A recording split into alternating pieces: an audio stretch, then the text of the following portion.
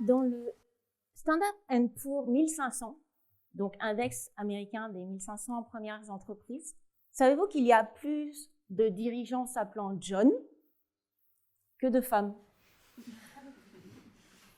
Alors, il y a 30 ans, il y a 40 ans, on aurait pu dire, mais c'est normal, le temps que les femmes arrivent sur le marché du travail, qu'elles se forment, qu'elles accèdent aux études supérieures.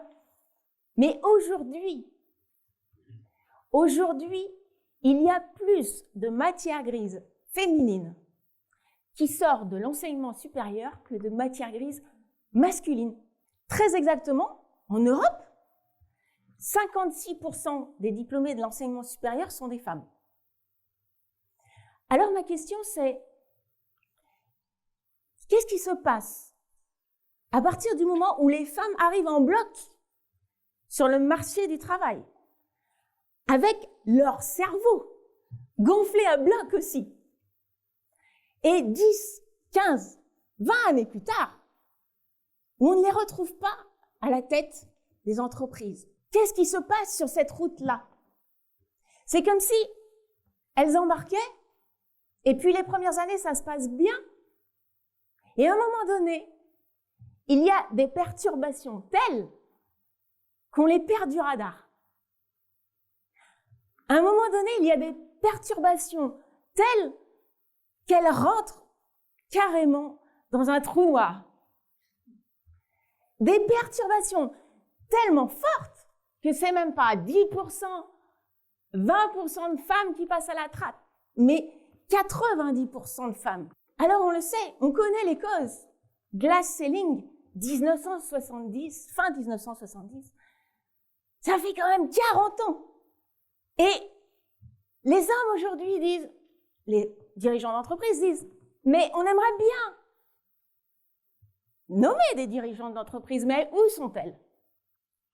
Les responsables de médias disent, on adorerait avoir des expertes à la télé, à la radio, dans la presse, mais où les trouver? Et les responsables d'événements se disent, on aimerait bien avoir plus de speakers femmes. Combien il y en a aujourd'hui? Une. Mais comment les trouver? Et donc ce plafond de verre qui a été identifié en 1970, le déconstruire, le faire atomiser, on ne va pas y aller à la petite cuillère non plus. C'est vraiment devenu une ambition pour moi, et même plus que ça, une obsession. Déconstruire la barrière du genre pour que chaque femme puisse accéder au job qu'elle souhaite et que vous, comme moi, on puisse aussi participer à la société de demain. Parce que dans la bataille, il y a quand même 56% des cerveaux qui s'envolent. Or, pour construire le monde de demain, on a besoin de tous ces cerveaux-là. C'est la raison pour laquelle, depuis pas mal d'années, je me suis donné pour mission de ne pas accepter cette fatalité du plafond de verre, mais vraiment de trouver les outils pour le pulvériser. Nous sommes en 2000, j'habite aux États-Unis, à Annapolis, dans le Maryland. Et là, il y a un livre qui paraît à l'époque et qui bouleverse ma vie. Les créatifs culturels. Comment 50 millions de personnes sont en train de changer le monde. C'est un livre issu d'une étude américaine menée par un sociologue et une psychologue et qui affirme qu'à l'époque, 25% de la société américaine, c'est-à-dire 50 millions de personnes, sont drivées par 4 valeurs.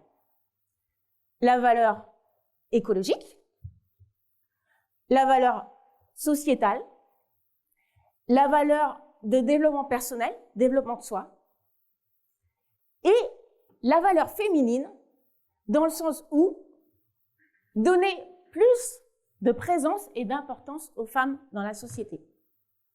Alors les 3 premières valeurs, moi j'en ferai mon sujet d'intérêt personnel, on va dire. Et la dernière, j'en ferai le fil rouge de ma carrière.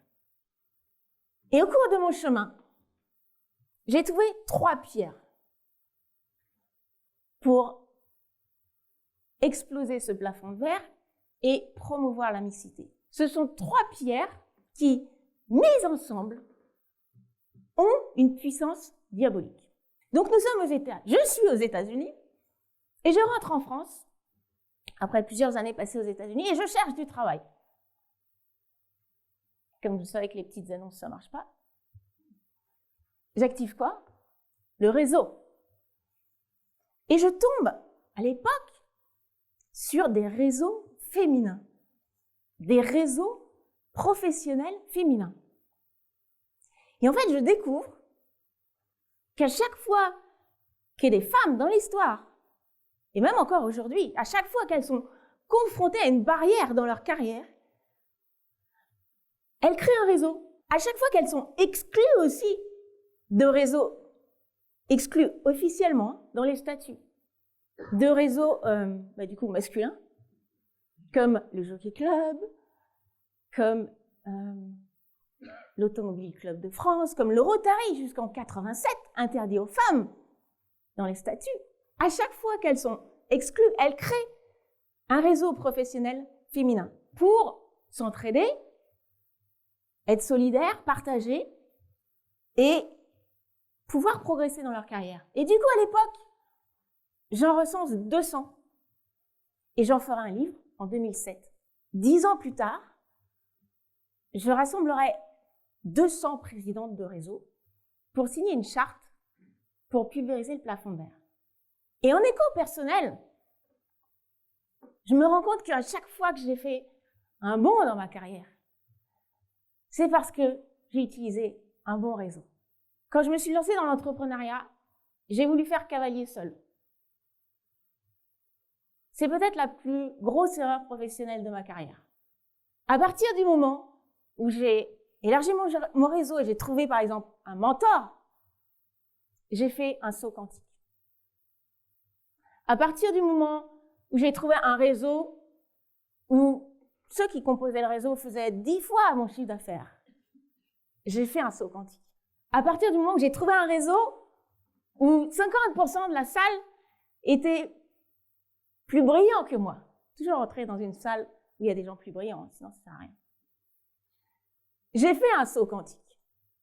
Tout ça pour vous dire que la pierre numéro 1, c'est votre réseau. C'est le réseau. Et c'est justement là, c'est justement cette pierre-là que les femmes ne cultivent pas, que les femmes n'utilisent pas, par manque de temps. Première pierre, le réseau. Quelques années plus tard, je dirige un magazine féminin sur la réussite au féminin, du coup. Et je me retrouve à devoir convaincre les femmes d'être interviewées dans le magazine. Et je ne m'attendais pas du tout, en tant que rédactrice en chef, d'avoir une partie de mon job qui consiste à convaincre des femmes d'être interviewées et d'être mises en lumière. Et je me rappelle d'une femme en particulier, j'ai 100 histoires à vous raconter, je me rappelle d'une qui m'a marqué, une femme qui avait redressé plusieurs entités d'une grosse boîte française, qui a été prise en otage et qui me dit « Une interview, moi? Pourquoi moi? Qu'est-ce que j'ai à vous raconter ?» Et dans le même temps, j'ai interviewé aussi quelques hommes. Donc des homologues qui me disent « Emmanuelle, j'ai combien de pages? 2? Je peux en avoir plus ?»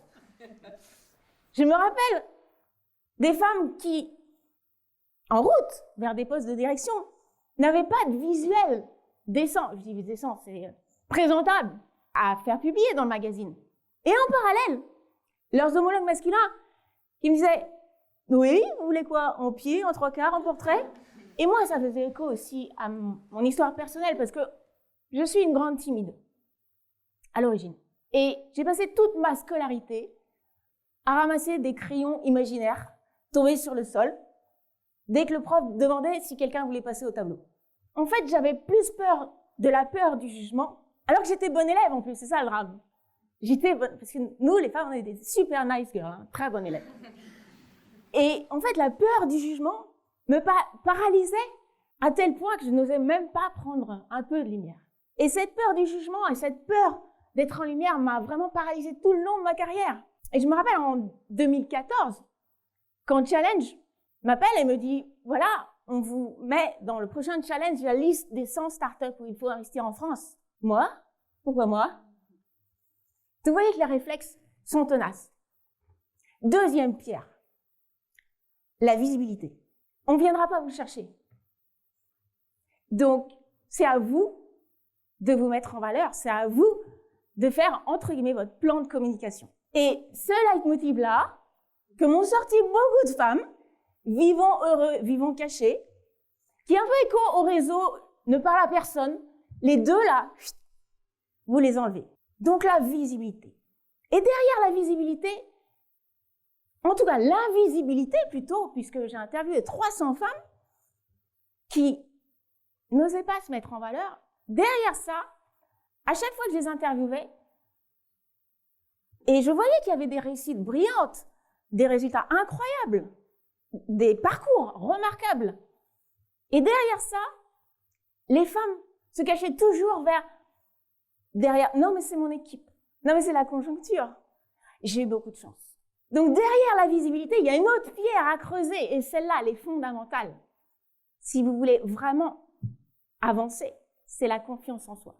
Donc si on prend les trois, réseau, visibilité, confiance en soi, les trois, vous avez les trois pierres qui, envoyées avec une certaine dextérité, peuvent pulvériser le plafond de verre. Il y a une condition, il y a trois conditions qui vont accélérer la mise en place de la mixité. Quand j'ai organisé le forum de la mixité pendant 6 ans, donc le plus grand événement sur la mixité en France, j'ai très vite constaté, premièrement, qu'en fait ce sujet était féminin.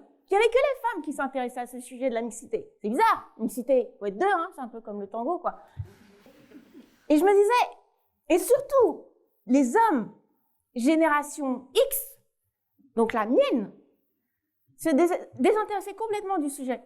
Et donc, une condition qui accélère le fait de promouvoir la mixité, c'est justement d'avoir les hommes à nos côtés. Les hommes X, on reparlera tout à l'heure des X, Y que j'ai vu dans le programme. Donc X, c'est ma génération, donc c'est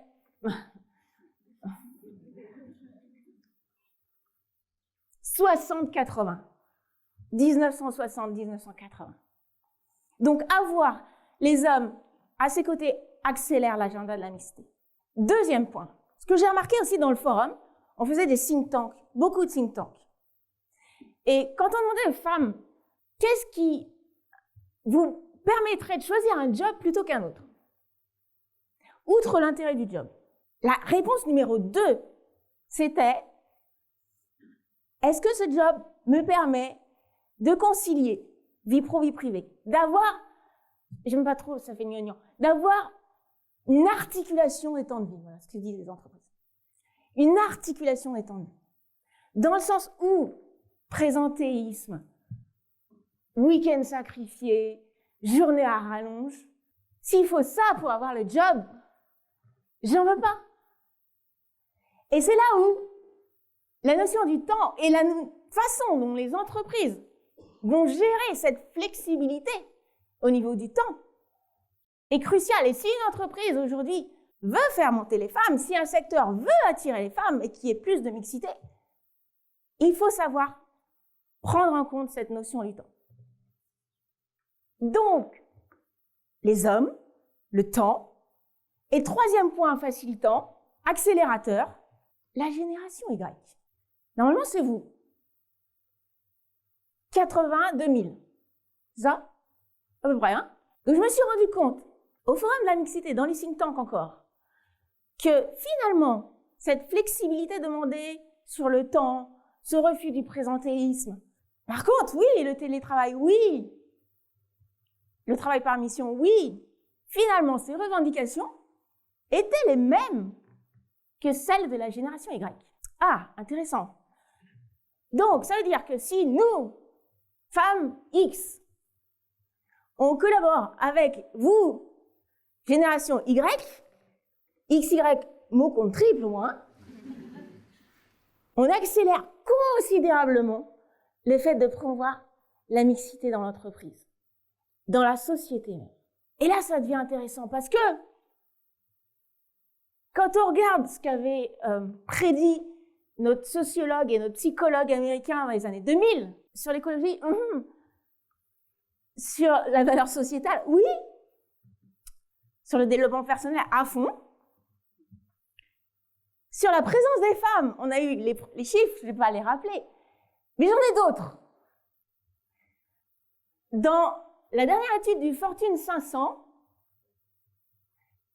paru 2018, donc voilà, c'est frais, on a 5% de femmes.